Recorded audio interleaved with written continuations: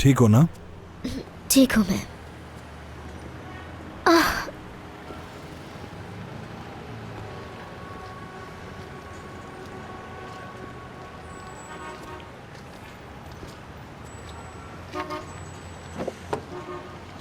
ख्याल से।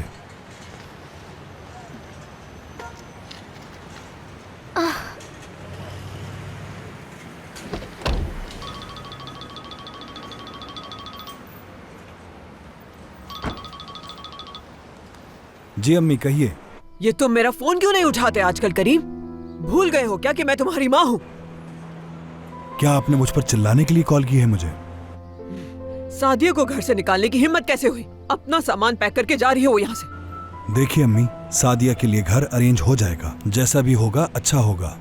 अंदाजा है कि ये सब कुछ क्यों किया तुमने? मुझे तो लगता है कि जैसे तुम मेरे बेटे ही नहीं। कैसे बदल सकते हो तुम इतना? क्या इस टॉपिक पर हमारी बाद में बात हो सकती है? हरगिज नहीं, अभी बात होगी। बात सुने, मैं नसरीन को उस वक्त हॉस्पिटल से लेकर जा रहा हूँ। मैं आपको बाद में कॉल करता हूँ, फिर बात करते हैं।